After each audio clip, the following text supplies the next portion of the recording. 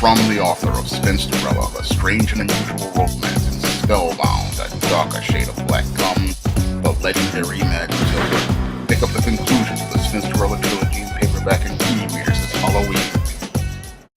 I was at the library watching several videos talking about the death of the comic book industry, and after watching Diversity in Comics, Captain Cummings, and Just Some Guy's videos where they talked about the death of the comic book industry, I'm inclined to agree with them. As a guy who has studied the comic book industry for over 20 years and has published his own titles for the last 8 years, I have talked about many of the numerous issues that they talked about in their videos and how they were leading to the decline of the comic book industry. I even wrote an ebook back in about 2011, I think, called The Analysis of the Comic Book Industry's Business Issues, where I talked about many of these issues way back then. And back then I had people who were panning me for talking about many of these serious issues that were related to the comic book industry, and now I'm seeing many of those issues come to a head with August sales numbers. Now, the numbers for August were some of the worst in the history of the comic book industry. These numbers were so bad, they were actually worse than the numbers that were related to the 1997 collapse. Even though Marvel had gone bankrupt and the industry had hit a huge collapse in 1997, they were still at least able to sell 100,000 copies of A-list books like Batman, X-Men, Spider-Man, the Hulk, and Superman. Those books were able to continuously sell very strongly. Moreover, even I could go back even further, even than that, to the 1980s, where some of these books were doing 200 to 300,000 copies. I mean, B and C list characters like Captain America and Iron Man were doing at least 250,000 in sales.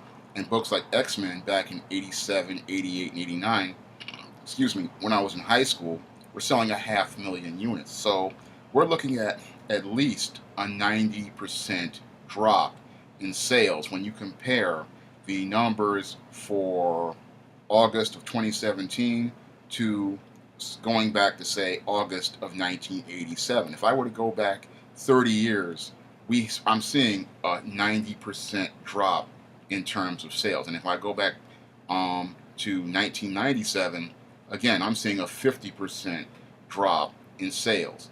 And to look at those numbers, they show me a comic book industry in crisis.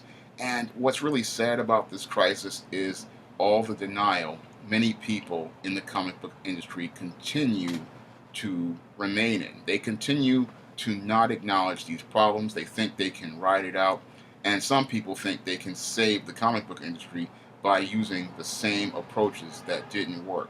The definition of insanity is doing the exact same things and expecting a different result, yet we have people at Marvel and DC who still think they can continue to apply the exact same failed approaches that have collapsed the comic book industry in the 1990s to 2017.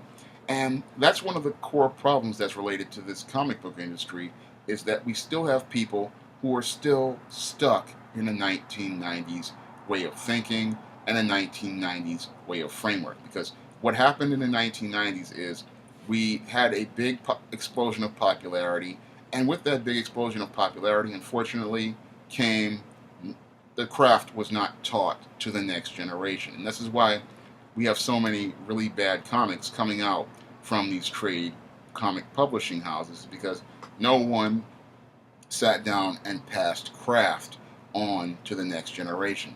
Guys like Jim Shooter had left Marvel, and many of the other people had left Marvel, and there was nobody there to teach craft at Marvel. And then you had at DC, yes, you had a little bit of a better structure, but again, craft was not taught to the next generation. You didn't have an editor mentoring a new writer or a new talent, because we had these superstars like Todd McFarlane, the Rob Liefelds, and the Jim Lees come up, and they thought that their way was the best way. And then you had a lot of artists coming in thinking they could just do whatever they want. A lot of writers coming in thinking they could do whatever they want.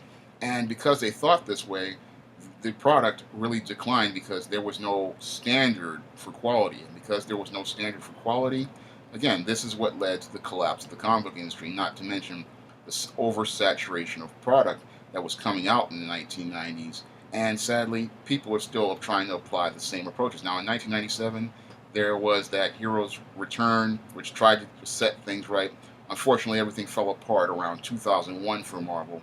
And in 2002, everything fell apart for DC with the hiring of Dan Dido, a man who had no publishing experience, who was picked to run DC Comics. And both of those decisions, they led to the collapse of the comic book industry, because in 2001, after Kurt Busiek and many other people and George Perez and many others who managed to shore up these relaunch titles of Avengers, Fantastic Four, Iron Man, and Captain America left, the books went right back to a decline, and then we had another reboot over there. But then in DC, we had Dan Dido destroying many characters in stories like Identity Crisis and Infinite Crisis, and that led to a serious decline. Then the New 52 came along, and that led to about a 6 or 7 year decline with DC Comics. And then we had Marvel just talking about they wanted to go on this diversity campaign, and this is where the state of the comic book industry is right now. A lot of people were alienated by all these reboots, they were alienated by these relaunches.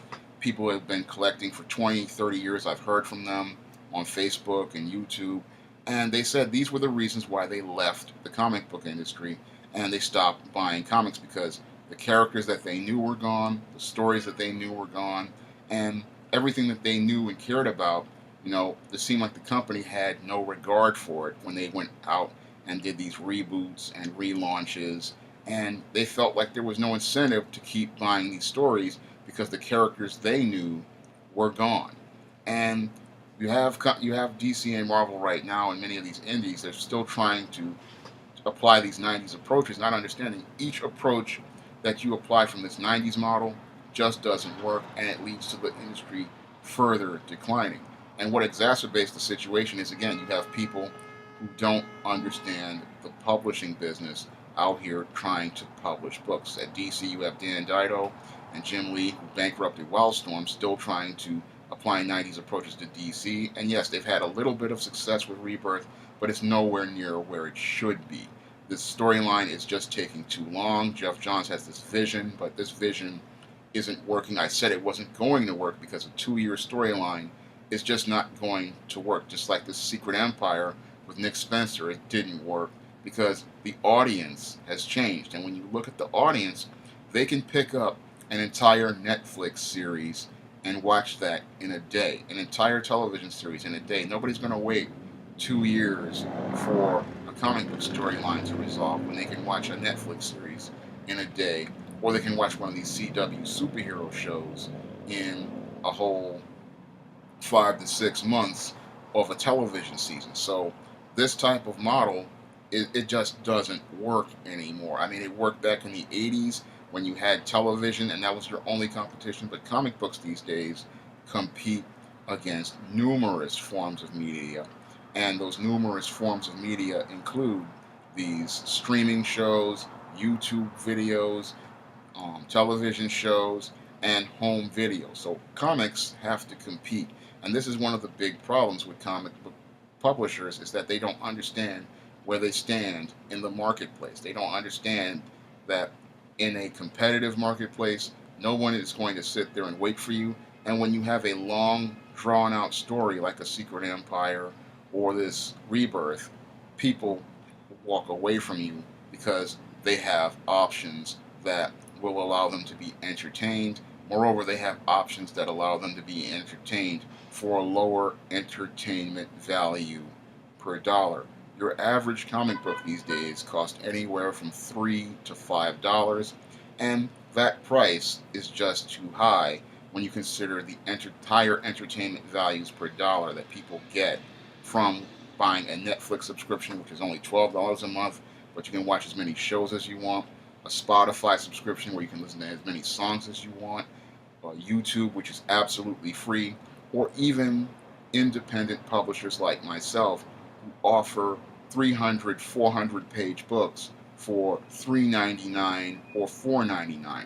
Your average comic book is only 32 pages, and they talk about $3.99 to $4.99, but the digital version of a novel like the Spinsterella, this is only $3.99. So the reader is getting an entertainment value per dollar where they can read an entire novel for the price of a comic book. And that's not giving them an incentive to go out here and buy comics. And what makes it even worse for the comic book industry has been the distribution model for comics. Diamond has been the only place where you can buy comics and order comics, and that has put one foot in the comic book industry's grave because with Diamond, comics are not returnable. So that cuts off 90% of your retail access because most retailers out here, I'm telling you as a publishing professional, will not take a product that is not returnable. This is something I learned when I started SJS Direct, and if you do not have returnability, you are cutting yourself off from a major portion of the marketplace. And the comic book industry has not been returnable since the 1990s. This is why many of your grocery stores, many of your drugstores, many of your outside venues where people like newsstands, where people used to buy comics, can't get them anymore because when comics aren't returnable, people aren't going to order them. And what makes it worse now is you have even comic shops not wanting to order comics because what a lot of people don't understand about sales for comic books is this. The number of comics that you see in those numbers that Captain Cummings and Diversity in Comics presented to you, those are the numbers for what is ordered. And that's not what is sold. Usually when there's a returnability clause in a contract for sales of publications, what happens is that you get an actual number of what is sold. But because there's no returnability, all we know is that the comic shop ordered 200,000 copies of something like Dark Knight's Metal or 100,000 copies of Batman, but we don't know how many they sold because that's what's really been crippling the comic book industry, and that's what's led to so many shops being closed, is the fact that many of these comic shops just can't move product. They're ordering comics, and they're being stuck with so many of them due to all of these events and things like these reboots. And when you have a reboot on top of a reboot on top of a reboot, that gives, again, the customer less incentive to go out here and buy the product. They're sitting there saying, you know, I'm waiting for a stable universe so I can continue to buy these products on a regular, but you keep changing them, I have no incentive to buy them. So they're sitting there saying, the customer's saying one thing, but the sad part is the publishers just aren't listening. They continue to do the exact same things and expect a different result. And again, that's called insanity. This is why I say there's a desperate need for new management at Marvel Comics. There's a desperate need for new management at DC Comics. Now, Diversity in Comics has said that Marvel is the state and the health of the industry, and yes, I have to agree with him based on the numbers that I saw. But I also say DC is a part of the health of the industry as well. If both companies aren't doing strong, then you don't have that large audience of customers to come into a comic shop to buy comics. Moreover, you don't have the kids interested in going to try to find comics. And that really hurts the indies because what happens with the indies is they get a lot of their business indirectly from people going to look for Marvel and DC Comics. If there are no kids or adults coming in to buy Marvel and DC Comics, then nobody's going to try indies because that's how I used to buy comics. Back when I was a teenager back in the 80s, I would go to a place like Forbidden Planet, and that's where I would find a lot of indies, and their business is dying because you have Marvel and DC in such a sad state. And the reason why Marvel and DC are in such a sad state is because you have people who are grossly unqualified working at both companies, people who don't understand the publishing business, and people who don't understand that their approaches just don't work and you have to try something new. And you really need, again, a publishing professional to come in who loves comics and understands the publishing business, because as a publishing professional who understands the business, I can look at both companies' catalogs and say they have way too many books being released on their monthly catalog, because for your front list, you should not have any more than about 12 or 16 titles. Marvel has over 100, and when you do something like that, it overwhelms the customer. There's just too many books coming out, and the readers can't buy them all. Back in the day, you used to have maybe 12, 16 titles, and a kid with an allowance could go out and they could buy all those titles for maybe $25, $30, and it wouldn't hurt because it was done over the course of a month. These days, when you have 100 titles, there's no way you can read them all. And when they're all interconnected into one big storyline, that is going to cost somebody at $3 or $4 a copy, $300, $400, or at the end of the storyline, maybe a couple of $1,000s. So comics have priced themselves out, especially when you consider, again, other forms of media like your Netflix or even indie books like mine, like these ISIS series books, where the entire story is in one volume. This one paperback, again, is only $8.99, and the story is complete in one volume. You don't have to buy, hundreds of books to complete a story. And this is one of the other big problems with the comic book industry, is that these long, drawn-out stories aren't giving readers an incentive to come in. A new reader wants to be able to just pick up one book, come right in, and start reading. That's something they can't do with today's comics. They've been waiting for that type of story model, but the sad part is nothing is changing, and that's why the industry is flatlining right now, because you just have people in the industry who, one, are grossly unqualified, two, who don't want to be there, and three, don't really care about the products they're producing. You can't save an industry by having the people who destroy it still continuing to work in it. This is why what I said in a previous video when I talked about Dan Dido, when he was talking about how we need to save the industry. I mean, how can you ask him and Jim Lee to save DC when it was their implementation of the New 52 which led to the decline of DC? And how can you ask Axel Alonso and Tom Beverett to save Marvel when it was their implementation of this SJW agenda and these diversity characters that led to the decline of Marvel? No, you need new people to come in if you hope to try to save these two companies' brands, because you have to have a new vision for comics, a new direction for comics, and a new plan to bring these characters to readers in the 21st century. It's a shame that these characters in their purest forms can sell billions of dollars in merchandise in movie theaters and in stores like Walmart, but they can't sell comic books these days. And the reason why, again, is due to the lack of craft and the lack of leadership in these publishing houses. I've long advocated ever since 2011 for a house cleaning at DC, and right now I'm advocating for a house cleaning at Marvel, because both companies really need to be swept clean if you hope to rebuild both of these brands and try to revive this comic book industry. Because what I'm seeing right now is a collapse that's going to be worse than the 1950s. Because back in the 1950s, when the comic book industry collapsed, there were some structures there that allowed it to stay alive. You had DC Comics, which was still trying to produce. You had Stan Lee at Marvel managing to produce a couple of titles.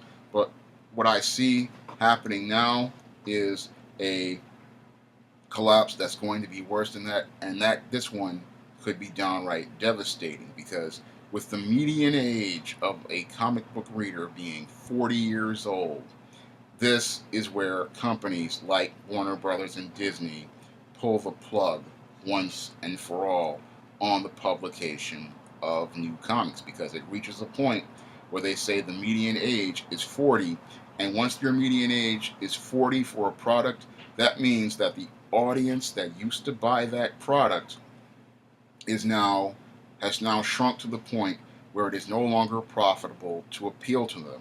This is why we don't see any more Oldsmobile Cutlass Supremes, Pontiac Trans Ams, or we see any other businesses like Woolworth, or products like Crown Pilot Crackers or Royal Lunch Milk Biscuits. The reason why we don't see those products is because the customer's median age is now over 40, and in the case of Crown Pilot Crackers and Royal Lunch Milk Biscuits, that median age was 60. So there was no audience for those products, and because there was no audience for the product, they had to discontinue the product. your comic book is headed on that road if it does not find an audience of new readers. If we don't find new readers who are younger, there isn't going to be a comic book industry to be able to be sustained, because you need to have a low median age if you hope to save an industry. Back in 1987, the median age for a comic book reader was 13 years old. When you have a median age of 13 years old, guess what?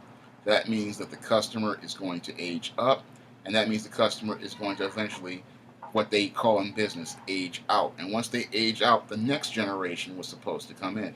Unfortunately, that hasn't happened in the comic book industry, and that's why the comic book industry is headed towards the flat line that it has right now. The industry desperately needs new management, new leadership, and someone who has a vision towards working towards lowering that median age, reviving, making these characters interesting for the next generation, and telling stories that are relatable to readers of the next generation.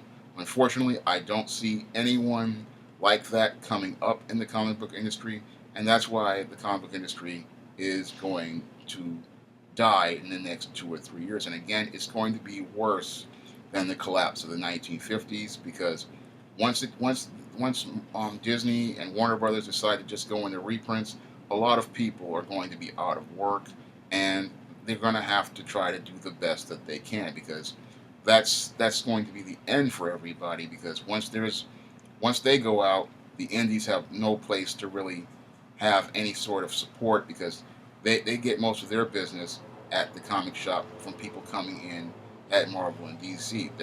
If comics do survive after that, it would probably be with web comics, because web comics are still doing strong. But as for print comics, it looks like it's almost near the last days. People are trying to save the industry, but the big problem is you have the wrong people working at these companies, and unless there's a house cleaning, nothing is going to stop the industry from heading towards a funeral where it's the end for comics. If you'd like to see me make more videos like this, you can donate to my Patreon by clicking the link in the description box. And if you want to try some of the SJS Direct titles like I presented here, you may do so by clicking the link to Amazon.com. That's all I have to say for this video. You can comment, rate, and subscribe.